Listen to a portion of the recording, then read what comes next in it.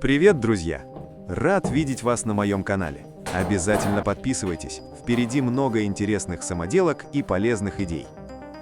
В этом видео я покажу, как своими руками сделал мини-мангал под размер грильевой сетки. Все началось с того, что я нашел кусок ржавого металла. Сначала тщательно очистил его от ржавчины, затем сделал замеры и перенес их на лист. После этого порезал металл на заготовки, просверлил отверстия в боковинах для подачи кислорода и начал собирать конструкцию, прихватывая детали сваркой. Дальше я приварил ручки и ножки, чтобы мангал был удобным и устойчивым. В финале установил грильевую сетку и убедился, что все идеально совпадает по размерам. В процессе я использовал болгарку для резки, дрель для отверстий и сварочный аппарат для сборки.